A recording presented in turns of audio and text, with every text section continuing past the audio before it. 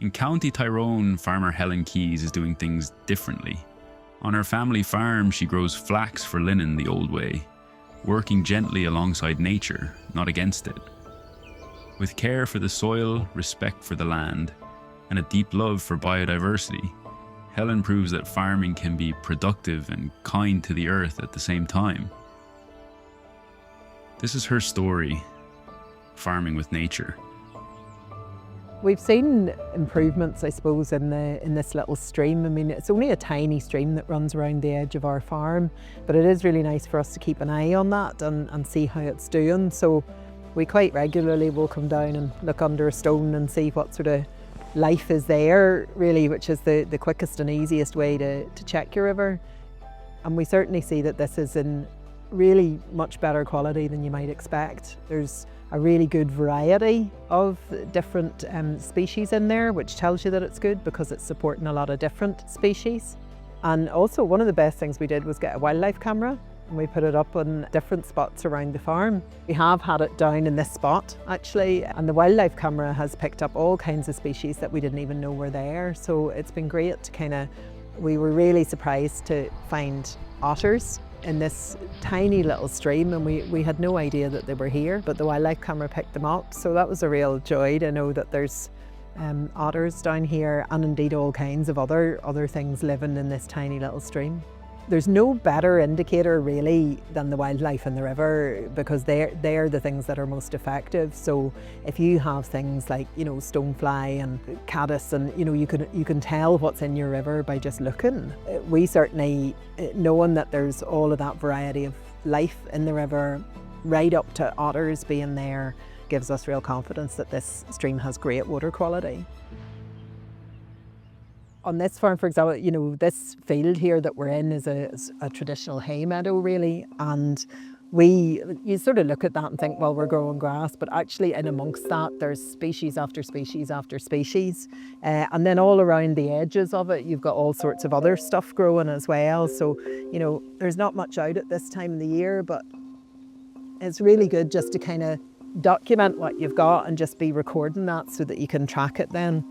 And this will not just tell you what you've got, but it'll actually let you record that, so you end up with a nice list of everything that you've got.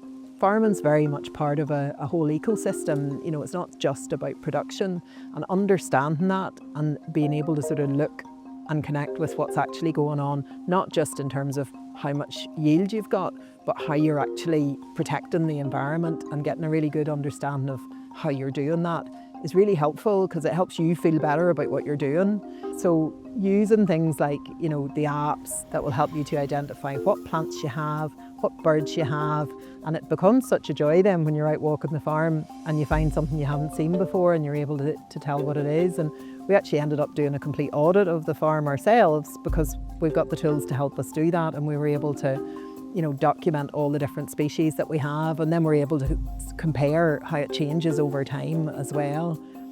So the apps work, they're so simple to use, and I don't see why, going forward in future schemes, we can't use tools like this to help us, track what's going on our farms and make sure that we're actually improving the environment. That just shows how well you're doing as a farmer, not just how much food you're producing, but also how you are acting as a steward of the land and how well you're protecting it.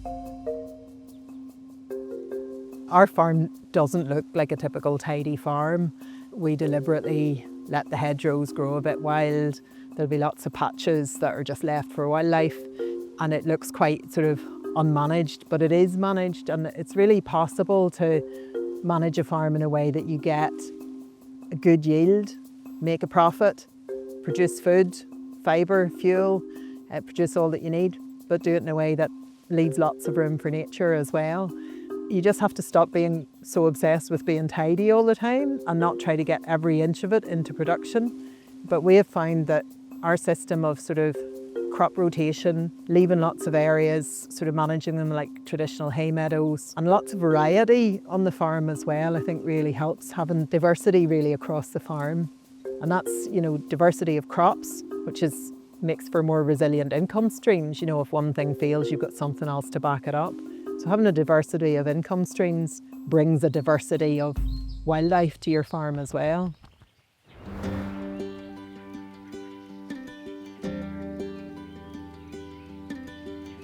So this is the field where we're going to be planting flax this year. We work in a rotation.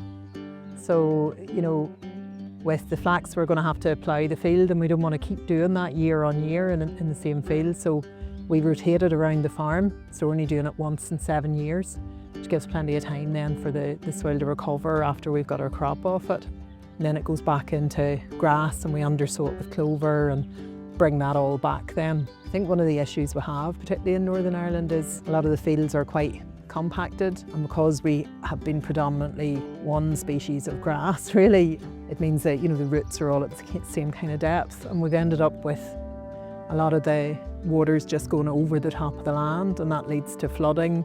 But it also is a massive problem in terms of water quality, because it means that any artificial inputs are just going straight off the top of the field rather than getting down in, and that's just bad for your bottom line as well. It's if this stuff's just washing away. So I think we've a job to do really in terms of just improving soil quality as a whole. That's not just your NPK or your pH, it's actually the soil structure as well, so that we can absorb more water in our soil and can make it just function much better. So one of the things we've really noticed on our farm is the benefit that when you're managing your soil right, you get a huge benefit in terms of being able to get onto the land for many more weeks of the year. So, it's not flooding in the same way because it's better able to absorb the water, and you don't have this kind of surface run on and pooling and, the land just turning to muck. So we can certainly see, and I think it's to do with the root structure and the root depth as well, because there's so many different species. You've got shallow roots and deep roots and all of that, and I think that all helps the kind of overall soil structure, which allows you many more weeks to be able to get out on the land. I'll show you our machinery. So this is where we're processing all of the flax that you can see over there. So this turns it from raw flax out of the field into this fibre, as you can see. So this is our kind of end product, natural fibre, which is then goes to be used, well, it's used in all kinds of ways. It can be used for making linen, it can be used for, people use it to make some sort of fur, paper. The chaff is used for animal bedding, so it's used for all kinds of different things. But